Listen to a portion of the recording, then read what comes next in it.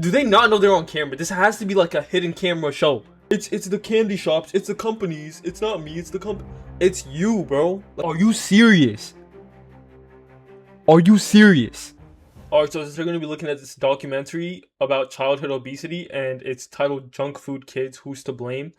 We already know who's to blame. It's the parents, and I know this video is going to piss me off, but I'll try to keep it calm for you guys. So yeah, let's get to it. Britain's in the grip of an epidemic. A third of our children are now overweight or obese. It's closer to a half in the US. That's insane. In Europe, we are one of the fattest countries for our young people. And thousands have such bad diets that they're having to undergo major surgery. He's off to sleep now. Sit down, darling. Sit down, baby. Everybody's got a theory about why. Do you know why you're here, Pavia? Not really. Well, it's because of the parents. We already know this.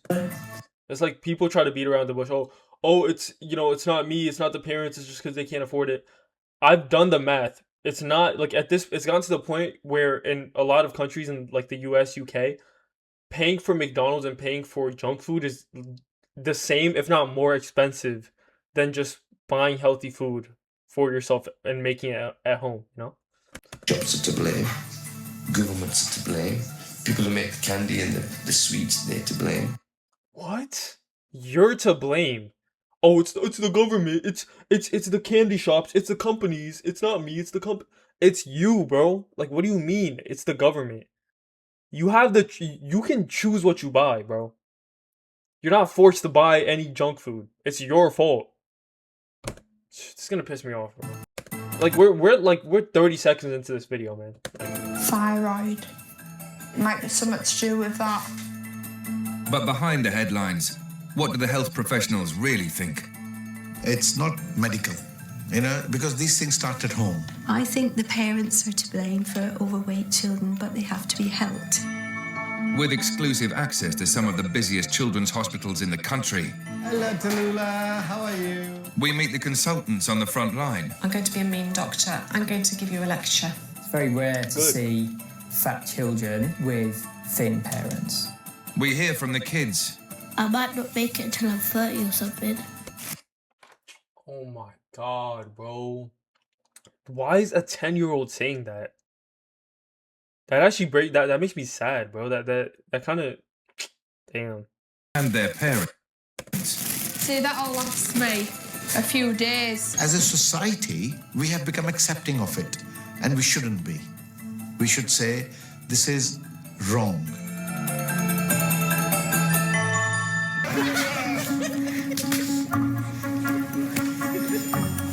13-year-old Denisa and her family moved to the UK from Romania 4 years ago. Like 20% of children her age, Denisa has been diagnosed as obese.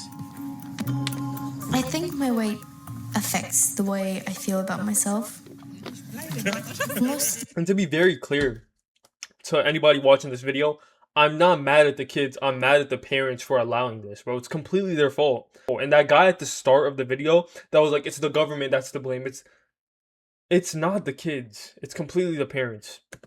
Most girls like to look really, really, really nice because of the boys. People don't judge you by the way you are, by the way your character is. They judge you by the way you look. And honestly, like, they should judge you by the way you look if you're an adult. If you're an adult. Right? If you're a grown woman or a grown man and you're like 300 pounds, it's like, unless you have something forcing you to be fat, it's your fault. It is your fault, 100%. Right? But when it's a child, you can't blame them. And that's why this video pisses me off, because it's out of their control. And that's just sad, man. At nearly 16 stone, Denisa is double the weight a girl her age should. What's 16 stone? He just said she... I'm just curious. I'm not like fat shaming or whatever. 16 stone to IBS. Oh my god. It's just hard not to eat what you want to eat. Some people, like me, are just too addicted to junk food. Denise's father has serious health issues. You know what's crazy? It's like you would never use addicted to meat, addicted to an animal-based diet, which by the way is what I talk about on this channel. If you guys are wondering, if you guys are new to this channel, I promote an animal-based diet and building an aesthetic physique. But anyways, back to the topic. It's like you would never say, "Oh, I'm addicted to eggs. I'm addicted to fruits," because it's real food. Like, are you addicted to oxygen? No, you're not. Are you addicted to breathing? Are you addicted to water? No. Are you addicted to going for walks? No, because it's natural. It's how you're supposed to live. Like, we subconsciously know this. That's why she said addicted. You become addicted to things that are unnatural and that are damaging you. Like, this is unbelievable, man. This is insane. Size. And she's already starting to share some of his symptoms. I don't think my We know who's to blame, bro. We know who's to blame. parents eat the right food because they love the same food as I do. Having failed to lose weight naturally, Denise's GP has referred her to King's College Hospital's Young Persons Surgical Weight Management Service, the last resort for obese children. Obesity in children is extremely worrying, and it has been shown that if you are living in a deprived area, the chances of you becoming obese are higher. We are now seeing children who are obese at much younger age, and therefore they are developing diseases which we used to see only in adults. This is the only paediatric team in Britain who, in extreme cases, are prepared to perform radical stomach reduction surgery on children. It's more effective than a gastric band and involves removing up to 90% of the stomach, costing the NHS up to £10,000 a time. Oh my god, it's the NHS, so I didn't even think of that. At least this is getting paid for by the government. Yo, imagine having this in the US. Say goodbye, bro. No insurance, you're cooked. It's over. Insurance, are they even covering that? Yo, if I was an insurance company, bro, yo, you better figure it out, bro. You better. I'm not paying for no gastric bypass or whatever surgery, bro. Go start eating healthier. Like, obviously more to the parents because it's their fault, but. I think it's extraordinary that we're offering bariatric surgery to young people. In a good way or a bad way? I think the youngest is 13, so we're talking only just out of childhood. Parents can, for want of a better word, be in denial of the part they may have played, but children need to be brought up to eat in such a way that they are nurturing their body rather than slowly damaging it. Denise and her parents have come to King's College Hospital to find out whether she's suitable for surgery. She'll be assessed by an expert team of doctors, surgeons, psychologists and dietitians. So, tell me about your weight, if you don't mind, Denise. What have you done to try and control it? Have you tried stuff? Why are we asking the kid? Hello? I think we've been on a diet. Yeah, we keep on diet all three together. The whole family? Yes, it was very good, but now we cannot keep. She cannot give up the bread. She can't give up bread. It's her. It's her that's buying the bread. Also, it's not bread that's making her this large, bro. Let's be honest. It's the takeout food. It's the processed seed oils that cause inflammation throughout the body. It's pretty much everything that you're buying. It's not bread plays a part of it. Don't get me wrong, but it's not the bread, bro. Thanks very much. And sometimes you go to the fridge in the night. Oh, that sounds like her fault. But guess who's putting the food in the fridge? Snack out from the fridge if you. Hold on, let me calm down, bro. Guys, for anybody that's new, I'm not like always this angry. I'm like a chill, like I'm always calm, right? It's just this specific topic. It's just pissing me off, bro. So like anybody watching this, just go watch another video to get like normal me. But for this video, I'm gonna be like, bro, I'm just mad, bro. It's just unbelievable. I can't believe, you know. I don't know. Yogurts, yeah. Some sweets. The children who are obese do not understand about the feeling of being full, and I don't think they can help themselves. Some of my patients can eat an 18-inch pizza and can still feel hungry after that. And once you do the surgery, they'll probably come down to one slice of pizza. So their whole thought process completely changes. As I'm sure you know, this clinic is a surgical clinic. So is that right? Do you understand that? For us, it's the best solution. We try to diet, we try to do many things, and we didn't succeed. So what do you think about surgery? I think it's a really good thing that if I can do it, I can have it. Okay. First of all, we want to make sure that we've got the right people. We can't do bariatric surgery on everybody. We want to prevent this before it gets to that sort of a level. I think we all of us intuitively feel that it's a last resort. In the first instance, I think we like to try and make sure that we've tried everything from a sort of diet and exercise point of view. Generally, our process is that you have to really try everything we can to help first before going ahead with something like an operation. The family will get a diet and exercise plan to try to help Denisa lose weight. If this fails, surgery will be her only hope. If the parents went back and started working on their weight loss program a bit more stringently, I would be the most happiest person. The best outcome is that if the patient and the family started changing their lifestyle and lost the weight without the surgery. 15 minutes after leaving the hospital, Denise's parents take her for one last treat.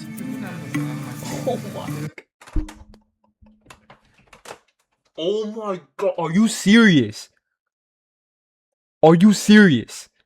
Yo, is this a joke? Like, this has to be some shit that the producers told them to do. There's no way they listen. Oh, you're going to get diabetes. You're going to get sick. You need surgery. And then the next place you go is McDonald's. I can't. Do they not know they're on camera? This has to be like a hidden camera show. Are we? What?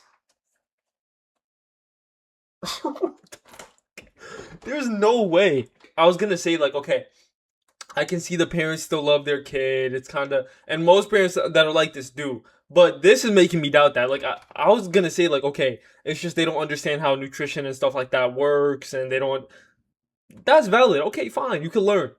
But this is just a choice thing. They just willingly heard all that. The doctor just told them what they needed to do. They got the diet and fitness plan. And then next place they go is McDonald's.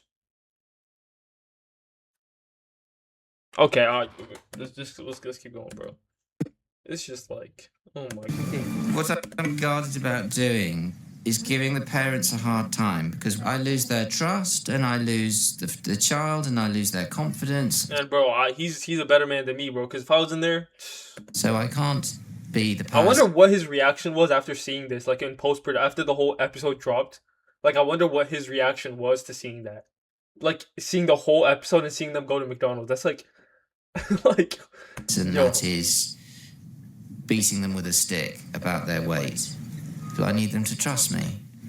But it's complicated. And things that impact most on children's health are the things I can't control. Because fundamentally it is parenting that's at the core of it. It's been 3 weeks since 13-year-old Denisa and her parents made their first visit to the gym. And they haven't returned. The hospital sent through a detailed diet plan for the family to follow. But Denise's parents have yet to put it into action. My mum asked me, have you started that diet yet? And I'm like, no, I haven't even looked on the letter.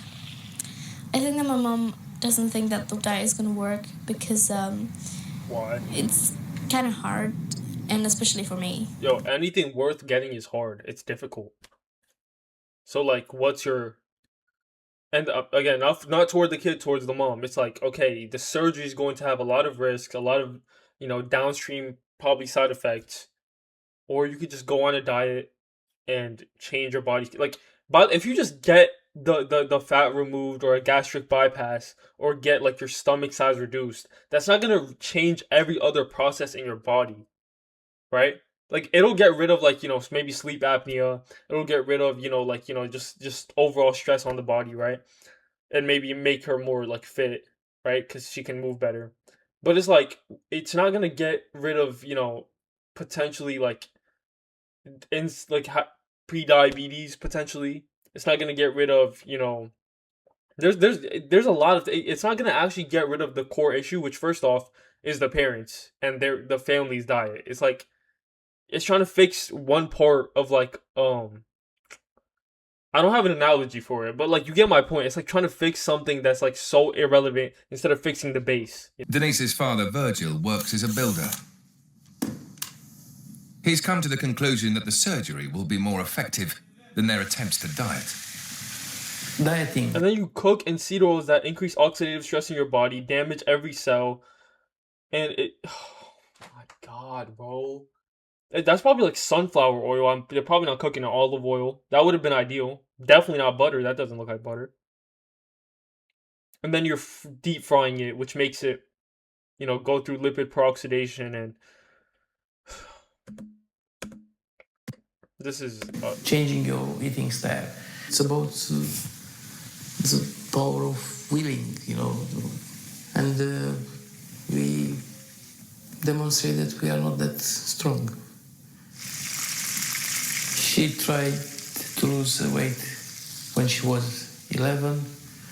She tried to lose weight when she was 12. But well, the thing is, I actually for example, right? I think first I'll show you guys an example or a picture of me right here when I was like 11, right? And if someone told me back then I was fat, right? If someone told me back then like, oh, you're fat, you need to go to the doctor, you need to go on a regimen, it's like then that would bring into my identity that I was just an obese person, right? After this picture, by the way, the reason I got this fat is because I was chugging chocolate milk and eating cinnamon toast, and it wasn't my parents' fault. Every single time I go to the store, I just pick it up, throw it in the cart. It like I used to be like asking for it every single. It was insane, right? They didn't even want to buy. They made me eggs, stuff like that, right? But I just kept chugging chocolate milk, eating as much cereal as I can, eating junk food at school, stuff like that. Actually, it was COVID, so I didn't, but it was bad, right?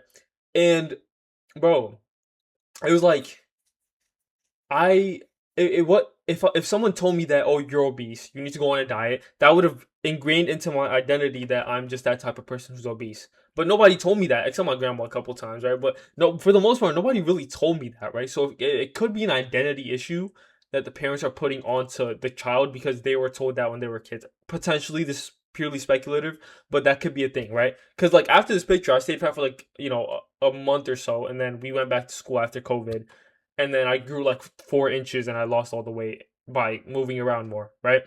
So I could have just stayed fat, right?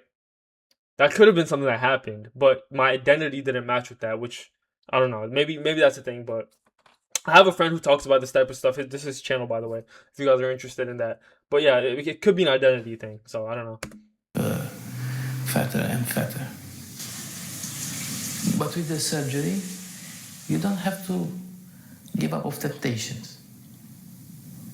Yeah, you eat whatever you want. Again, this is my point. They're not giving up the baseline. If you get the surgery and you go live the exact same life, you're gonna get back to the same weight in like a year. You have to get rid of the underlying issue.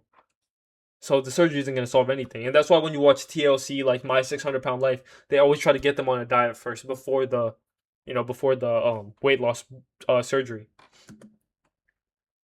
But only in a smaller amount, much more smaller amount. Some of the parents, when they come to us, have come with the idea that if their child had the surgery, it will act like a magic wand. The child will be thin, and they will be able to live a normal life. But the child and the family will need to ensure that the child eats a specific type of food and the small amount of food for the rest of their life. Not getting the surgery, her asthma will get worse. She will get diabetes. And she has asthma, developmental issue most of the time. It's like it messes with the development of kids too. Like if you're eating this stuff during puberty while you're developing, say goodbye. It's like say you're a guy, right? Not having a diet that's like at least decent will definitely stunt your growth a lot more than working out will, which a lot of people say. And it's like it'll also make you a little more um let's say it how it is, more retarded. Okay, like let's not lie, right? So yeah, it's gonna, especially if it's from a young age, from like the second you were born. Like some parents feed their kids French fries for one of their first foods. Insane. So we want a cure. We want her get slim. The cure is a diet. Body, normal life for all her life. My parents find it hard to keep to a diet, and that's why I can't start a diet, because they find it hard. If surgery wasn't an option, I'd get fatter and be awful. I would be doomed. I think surgery to children is a really controversial area. We would much rather see people eat healthily and maintain a healthy weight without having to go down the line of surgery. But we have to be realistic about the situation that we're in. And for some of these children, surgery is the best option.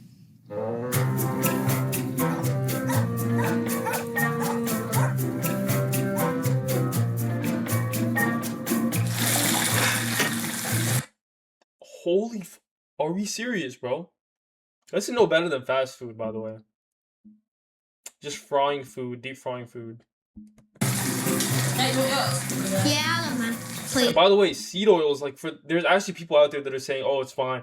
It's like, that's their argument, cool. But it's like, especially, nobody's arguing that if you deep fry seed oils repeatedly, right? Linoleic acid, right? Which is a polyunsaturated fat. Polyunsaturated is the least stable, so it's very vulnerable to oxidation, which causes inflammation throughout the body.